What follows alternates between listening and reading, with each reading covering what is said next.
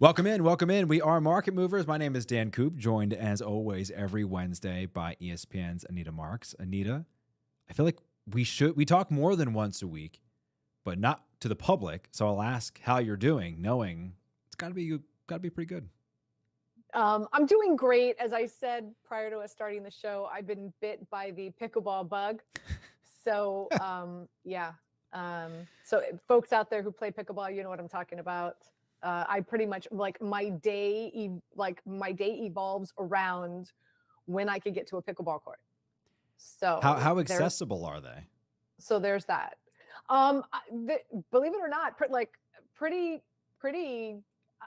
So there's at least 15 courts in Hoboken, New Jersey, where I live, and I spend a lot of time in Battery Park. There's even more courts there. So it's a thing. And this, it's been gradually becoming more and more and more, what's the word I'm looking for? Popular across popular is a very good word. Thank you. Sure. Across the country. And so I think this summer, is going to be like the explosion. I think this summer is going to be all about pickleball. So what is it? Like what is it about pickleball? Like, what is it? Like, obviously, there's a pickleball league. The CEO of pickleball, Major League Pickleball, is saying this is going to be a bigger than hockey in a couple years, which I doubt. But what is? Give me the elevator pitch. Give you the elevator pitch. Okay, so pretty much what it is, it's a little form of tennis, but not really. It's like tennis meets paddleball meets ping pong. So you don't have to be this a lot of times I play tennis, I haven't played tennis since I was a kid, so I don't have the form to really compete with I'm athletic, I can get all over the court, but I don't have the form to really compete with the really good tennis players. This is a small court and you're playing with a paddle and a wiffle ball. So if you're a really good athlete and you understand the rules, you can pick up the game very quickly and you can become really competitive. So I guess that's the turn on, is that you could get good really fast if you're athletic. So and I'm really athletic. An easier tennis is what I'm hearing. So people who play tennis, I think pick it up easier, a lot easier. But also a lot of it is wrist angle. And so if you're a good ping pong player, because you're playing with a wiffle ball, you're not playing with you're playing with a plastic ball. You're not playing with a leather ball or a tennis ball that has fur on. I'll have to try it. Yes. And then I will report back if we don't do something about it for content. It's addicting. It's addicting. It really is. But anyway, I know that we're here to talk about Boston. I know you're not liking my shirt, Dan. I'm sorry. I mean, what do I care? We're up 1-0 in the series. What do I care about your t-shirt? Listen, you did, right? You're you now have home court advantage. I did it. I did it sitting on my couch. I willed it into existence. An unbelievable last week of NBA playoff basketball, and we'll start with Boston and Philadelphia, a series in which the Sixers lead 1-0. Word of Joel Embiid winning MVP, potentially playing in Game 2 tonight. I'm not sure How much of that I actually believe personally, I kind of think they should just let him sit. But here where the markets sit on Sport Trade currently, as I pop over to it, you have the Sixers and the Celtics here. We're going to the full market. You have the Sixers trading at 24.5% to beat the Celtics tonight, who are at 77%. And one of the things I think most people are looking at, Anita, in this market specifically, I don't think anyone thinks the Sixers are going to be able to redo what happened on Monday, which is go into the Garden and win. I think a lot of people, including the market makers, are asking themselves, okay, how much is Boston going to win by tonight? Because when I look at the spreads, you've got 2.5, 5.5, 8.5, 11.5, and 14.5. And even when I was looking at those, I was thinking to myself, I don't love the value of a lot of these, if I'm being completely honest. The only one that I kind of looked at and liked was Boston minus 11.5 at plus 153, a 39% chance of that happening. What say you? Yeah, so I'm going to play the Celtics minus 8.5, and I think that's trading right now on Sport Trade at $50. Yep. Here's the thing: number one, Celtics have been absolutely blistering in the first half of games this postseason. They're averaging 66.7 points in the first half through 7 games. They're shooting a little over 40% from behind the arc. Now, I think a big reason why they lost to the 76ers, not to take anything away from Harden putting up the 45 points, but they lost the turnover battle 16-6. 16-6. I don't think that happens again tonight. I think that there's going to be a sense of urgency. So to have a 17.8% turnover ratio, That's a lot. It is. It's a lot. So I think Celtics coming out with a sense of urgency. They've just been phenomenal in the first half. They're home. Again, the 76ers, I'm hearing the same thing you are, that Embiid is expected to play. So I think that there's going to be an adjustment period there in regard to like how they played the 76ers in game 1 compared to getting into a groove and a rhythm in game 2 if Embiid is active, which again, we're hearing that he is. Apparently he wanted to play game 1, but the medical staff did not allow him to. So, well, I'm glad he didn't. Yeah. So, because Harden just took over the game, I am expecting some regression from Harden. I'm not expecting 45 points. So anyway, that's the reason why. So I'm gonna buy the Celtics at minus 8.5 for $50, and more than likely I'll sell that at the end of the half, which I want to believe I'm going to be winning at that point, and then reassess the situation and see where the odds lie at that point. But I'm expecting the Celtics to come out and make a statement in the first half, Dan. Yeah, I think it's the point a lot of people are sort of sticking to, right? And to me, I look at the discrepancy in the coaching box. Very rarely in Doc Rivers' tenure as Sixers head coach could you say definitively he's the better coach in a playoff series. Now, I know he's won a lot of games, some of the most in NBA history, but the discrepancy between him and Joe Mazzulla was frightening if I'm a Boston Celtics fan.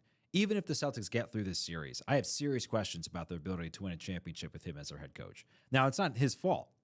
He's my age, right? And he was thrust into this situation because of everything that happened last offseason. He was slapped with an interim tag, and now he's in the head chair. I don't blame him for being inexperienced because he's just inexperienced. But you watch some of the things that happened in the second half of that game. The Celtics had 40 points in the paint in the first half. There was zero defensive willingness from the Sixers. They stopped going to the basket. Jaylen Brown had 10 shots the entire game. The last play of the game, drawn up for Marcus Smart, who might be your 4th or 5th best offensive option on any given night. You're drawing up a play for him. I just think this is an incredibly unfocused Celtics team from game 1. I expect them to come out, as you mentioned, much more focused. But I look in the coach's box, and I don't see this team winning a championship because of who their head coach is. In the props market, you did allude to Harden. We have him at 24.5 points scored. That is at 66.5%, minus 203 in American odds. How do you feel about that? You say you're anticipating a regression. I am. I'm anticipating a regression, especially, and again, that's because we're anticipating Embiid to play, right? So with that, where I think a lot of the offense is going to go through Embiid, and I just think they're going to play a much different style of offense. Not to mention, I think the Celtics defensively, I think they're going to have to step up on the defensive side of the ball as well. And obviously I think Harden is going to be a centerpiece of that after shooting 45 points. So, or putting up 45 points. So, so I'm looking for obviously quite a bit of a regression from Harden if I'm going under 24.5. I would imagine that a lot of people are playing the over. I know that's trading on Sport Trade right now at $37. So, yeah, I mean, to me, this market is too juiced towards the under. I mean, 6.5% minus 203. That's just too much for me. If this were a different number, I think I would play it. I agree with you. I think he had 9 days off, and that showed in his legs. A guy who wasn't able to finish over Nick Claxton was all of a sudden throwing up threes that went in and finishing at the rim. Now, you know, with the benefit of only having a day to rest, I don't think that's going to happen. But the number is too high for me. I'm just I don't want to bet it. You also have Jason Tatum, 29.5. What do you think? yeah, I'm going under here as well. And again, both of these decisions to play the under, and the under is trading at $48 on Sport Trade, is because I am anticipating Embiid to play. Obviously, Embiid changes the entire defensive dynamic of the 76ers, especially in the paint. And the 76ers, their perimeter defense is actually quite good. So I think Tatum is going to have a really hard time tonight. I think he's going to be contested on the perimeter, and I think he's going to have a really difficult time getting to the rim with Embiid in the paint. So I'm going under 29.5 points. Yeah, plus 104, a 48.5% chance of that happening tonight for Tatum. He's averaging the least amount of points per game against the Sixers than he is against any other team in the association this year, just 21 per game. We'll turn our attention to Thursday, Lakers and Warriors. Anything surprise you about that game one, Anita, as we look at the Lakers coming into game two, trading just 33% chance to win, plus 199. Yeah, I'm staying. Part of me, I want to stay away from game two. I think the same, mentality for the Lakers right now, as we alluded to in regard to the 76ers, right? Like, we already won one on the road. As we know, the Golden State Warriors, they've only lost 13 at home. I think they come out with a sense of urgency. But I'll tell you what I am playing, and I like the Lakers to win this series. I know we saw the Warriors come back from being down 0-2 to the Kings, but those were two games that they lost on the road, which we typically see them lose on the road. The fact that the Lakers were able to steal one from the Golden State Warriors at home on the Bay, I think is huge. On top of that, I mean, listen, AD has just been a man possessed, right? Like 30 and 23, 30 points, 23 rebounds, 4 blocks. He's just been unbelievable.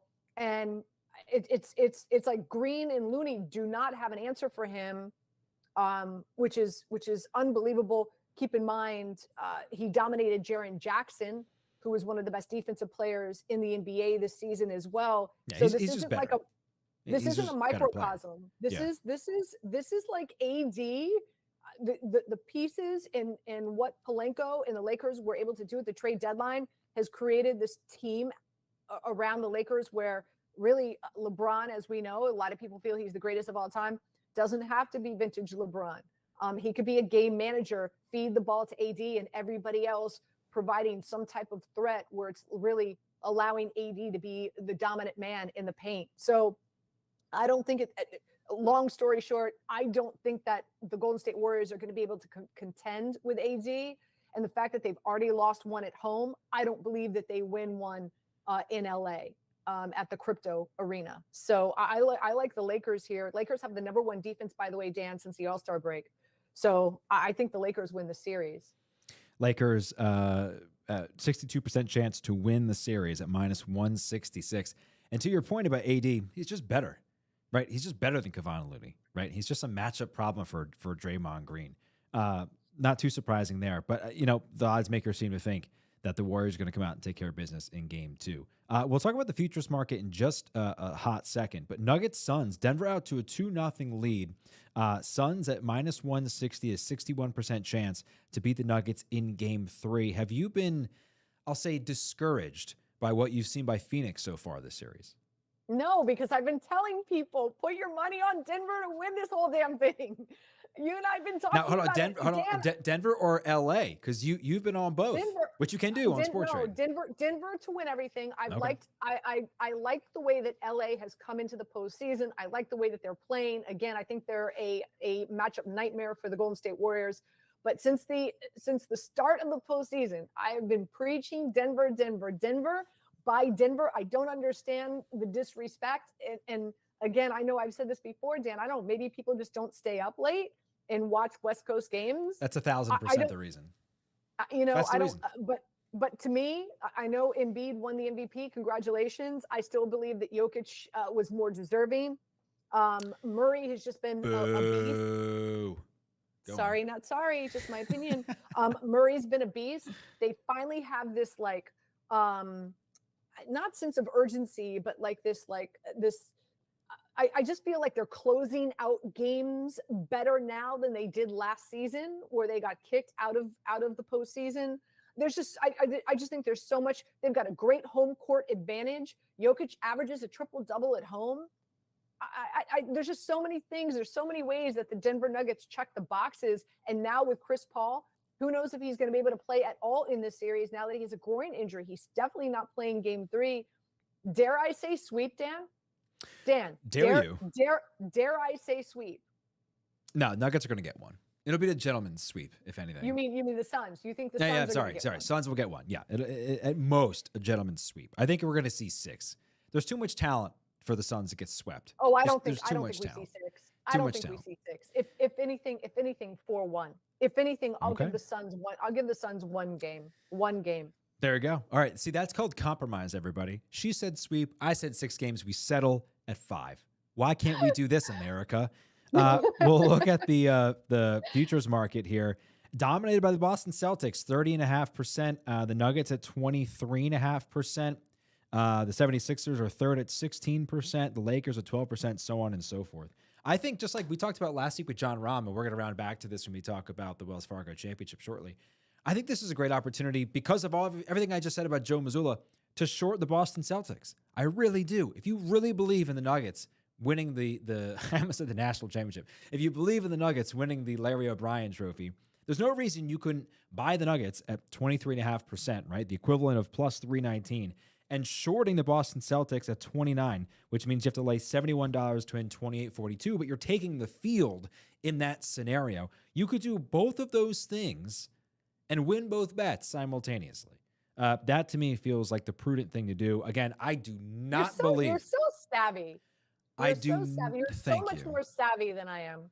I'm going to do this, a little bit of that. There's just so many. I just don't believe in this head coaching, the staff of Boston.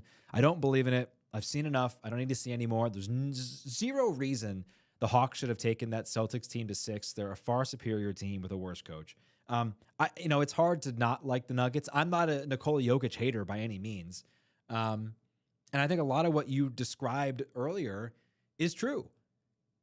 If a basketball game starts at 10:30 on the East Coast, it doesn't end till 12:30, 12:45. I'm not staying up. Sorry. I mean, I got stuff to do. How many people stayed up for the Lakers Golden State Warriors game last night? I didn't. I got shit to do. I'm not staying up. Are you kidding me? Get out of here. You got a baby. I got pickleball at 7 a.m. You got pickleball. Ain't nobody got time for that. My kid wakes up at like 4:45. You think I'm giving back an hour and a half of sleep to be up at 4:45 to watch Memphis and the Lakers? You're wrong. I'm sorry. And I love the NBA, but I'm not doing it. I refuse to do it. That started late last night. Unbelievable. Hey, again, love the NBA. Way to grow your game starting those games that late. Okay, we'll flip over to the National Hockey League, which was an unbelievable weekend that saw the Stanley Cup market see 44% of it just completely wiped out over the weekend because the Bruins lost in the first round to the Panthers and the Abs lost to the Seattle Kraken, which just cracks me up because the Flyers have sucked for 30 years. And the Kraken and the Golden Knights just like popped up and all of a sudden are relevant.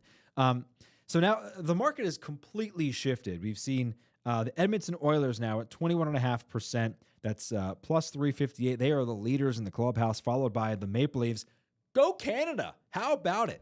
And the Panthers and the Hurricanes and the Devils following suit. Is there anybody, Anita, in this now crapshoot that you like?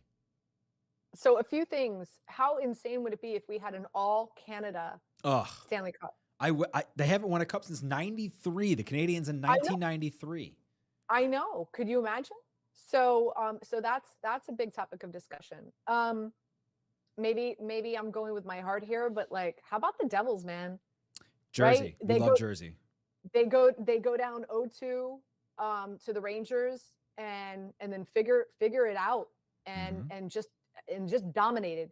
We talked about them prior to the playoffs starting, right? Young, aggressive, fast. Yeah. And I think maybe they have caught lightning in a bottle switching their gold tender to Schmidt.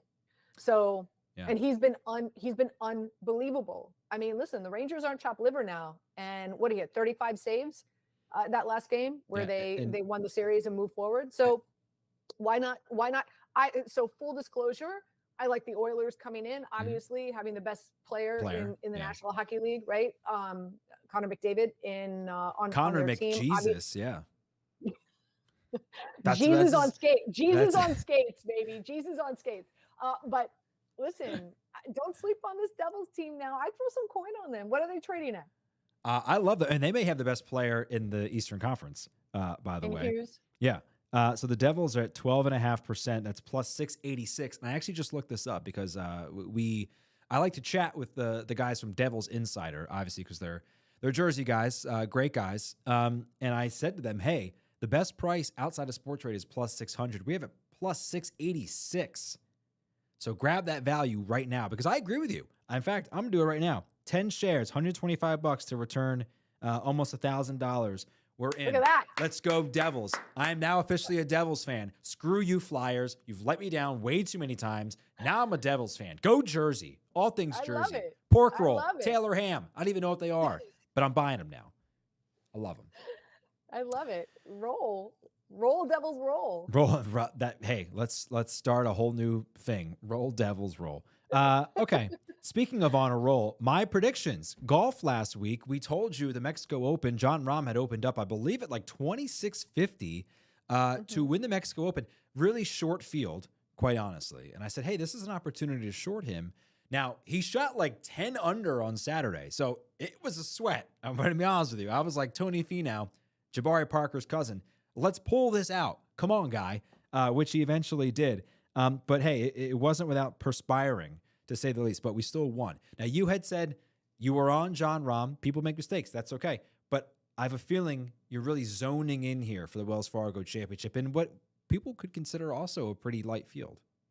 Well, let me just say, yes, I was on Jon Rahm, but I did like Tony Finau on Sunday. I did like Tony Finau on Sunday.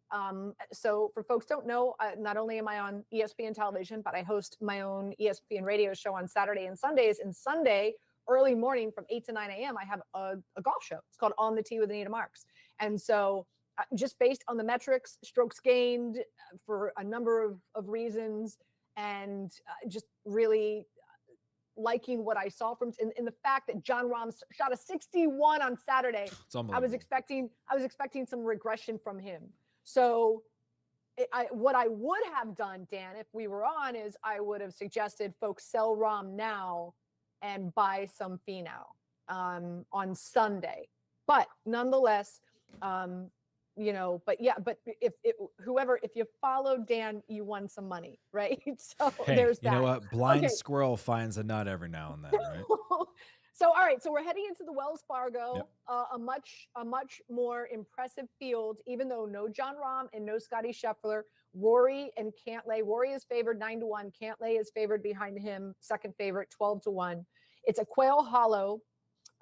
This is a course you're looking for dudes who can grip it and rip it. Driving distance is imperative. Also on approach, the greens have changed. They're running at 13s. So driving distance, strokes gained on approach, and putting are the metrics that I'm looking at. A guy that I really love right now is Jordan Spieth coming in. He loves this course. He loves this track. This hosted the President's Cup last year.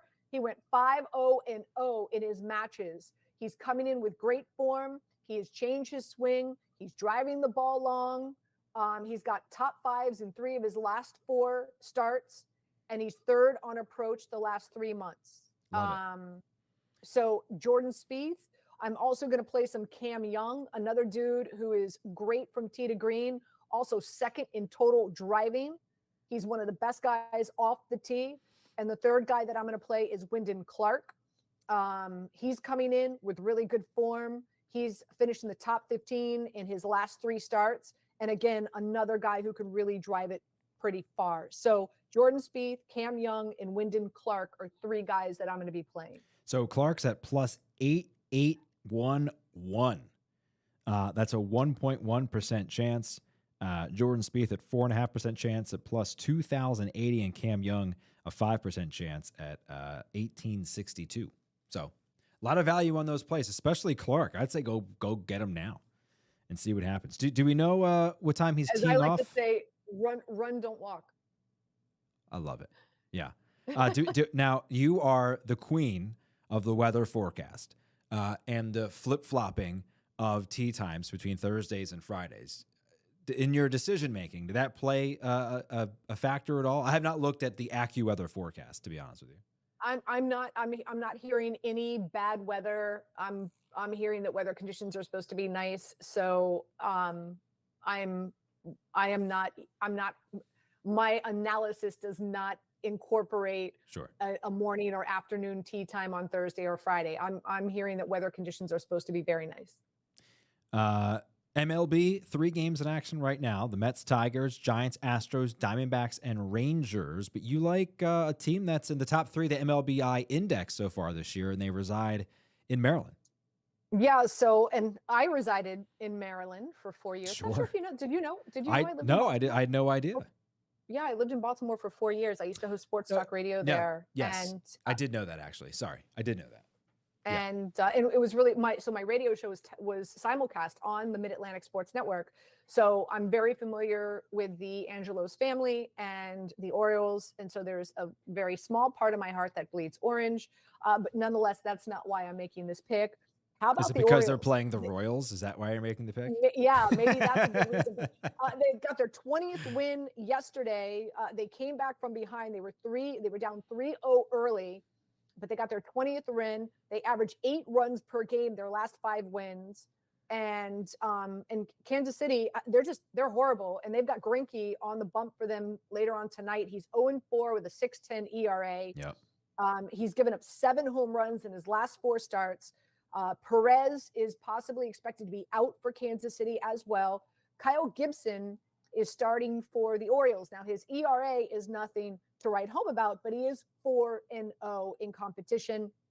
And the Royals have the league worst offense against right-handed pitchers. So, by the way, this is my best bet tonight on Daily Wager.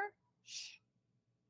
I'm giving it away early. All right, I won't say anything. Won't say right anything. here on Sport Trade. So I love the Orioles tonight. I'm going to find them right now. A surprisingly low number here for the Orioles, just 61% minus 160. The Royals at 40.5% at plus 144. I just looked up Greinke stats, and they are appalling. Yes. They are absolutely appalling. I'm going to give you a little bit of a bonus pick today, Anita, since we are not going to have a chance to chat until next week. For those who know me and know me well, know that I lived in Louisville, Kentucky for 4 years. I am an absolute Kentucky Derby fanatic. Oh my God, so am I. I love everything about it. Love everything about it. So I'm going to run down. I'm going to run down the 3 horses that I think have a chance. Now, I'm not done everything, but this one might surprise you. At 12-1, I like Kingsbarn. He's got great lineage. Disagree all you want. I like Kingsbarn. He's got enough juice to get through the 1.25 miles. It was the Louisiana Derby where he ran almost a perfect run in an imperfect trip. I love that run from him. My ears on the ground and telling me Practical Move has looked amazing at Churchill throughout the entire week. I like Angel of Empire as well. Tapit Trice is a popular pick right now at 5-1. I don't love him. I don't love his lineage. And another one that a lot of people are writing home about is Skinner at 20-1. Basically built on a profile of improvement from year 2 to year 3 for the horse, but a 3rd in the Santa Anita, a 3rd in the San Felipe, and 6th in the American Pharoah Stakes. I like my horses with a track record of winning. Excuse me. So I'm not gonna take him off him. What do you think? So I'm rolling with the Japanese horse. No. Go ahead. I am. Go ahead. Derma. I can't even Derma Soda Gake. 17th pole has never won a Derby, not once. Japanese horses have to quarantine when they get to Churchill, so they don't get enough time to train. Why didn't we talk about this? You never take a foreign horse. I'm sorry. Go on. I'm sorry. Go ahead. Okay, so we'll see. We'll see. So right now, 10-1. We'll see if those are the odds at post time. So I'm gonna play Derma. I'm just gonna go with Derma. I'm playing Derma to win. To win. What is it? Win. Why am I drawing a blank? Place show. Place. Win in place. I'm also going to play a trifecta. Yep. With Derma, Forte, verifying, reincarnate, and Angel and Angel of Empire. So I'm gonna play a one. So I've already got it in. I'm playing a $1 trifecta with those 5 horses. That probably pays out what, like $150? So it's $60. It's $60, and obviously depending on and the 3 or however they finish, it could be, you can make So here's my issue. And a ton of money. You just stopped me because I could talk about this forever. So here's my problem with verifying: 2nd in the Bluegrass, 4th in the Rebel, 6th in the Breeders' Cup, and he lost to all other horses that are running. So verifying for me is out. And I got to tell you, I've watched every single race Forte has run.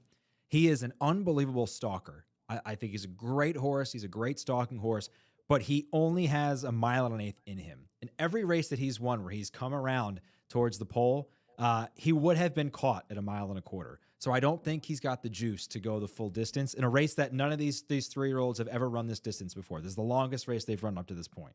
That, for me, eliminates him completely. I don't think he can go 1.25 miles. That's just me.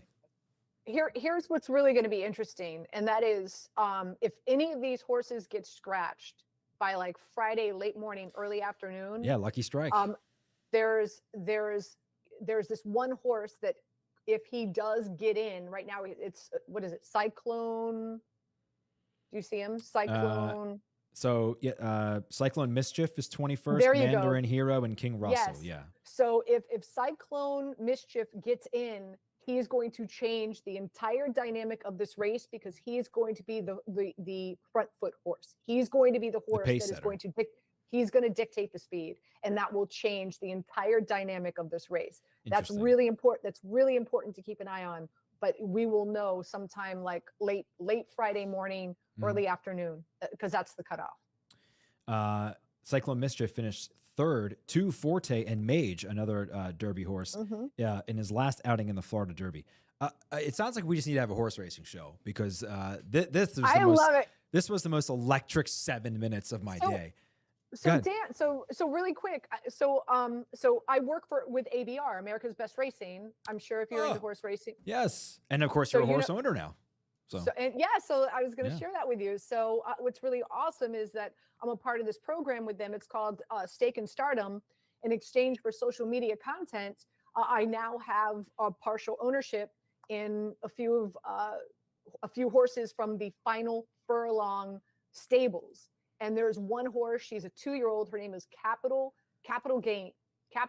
Okay. And she's a 2-year-old. She just arrived in Saratoga just a few weeks ago. Capital Spending. I didn't name her. We'll cut that out. We'll cut it out. We'll edit that part out in post. It's fine. But Capital Spending, and she just arrived in Saratoga. She's going to be racing in Saratoga with the 2-year-olds this summer. I love it. Oaks. Oaks next year. Dan, we have to plan a trip. Are we going to Oaks next year? Oaks trip? I hope with Capital Spending. Yes. Yeah, and me in the owner's box. Let's go. Yeah. Yes. But I love it. No, I mean this summer we need to play because she's going to race with the 2-year-olds in Saratoga this August, and so I'm going to be there for her first 2-year-old race. So we've got to plan it. You got to come up to Saratoga, dude. I love it. I would love it. Get me some pink lilies. I'll wear the pastels. I don't care. I love it. I'm full in on that. Okay. Well, we just witnessed the birth of a brand new show, which is I know. I'm so excited that you're into horse racing. Racing handicap show with me and Anita. Anita, thank you as always. We love checking in. We will talk to you next Wednesday, at which point we'll be counting all of our winnings from our Kentucky Derby champions. We'll see you next week. Go Jordan Spieth.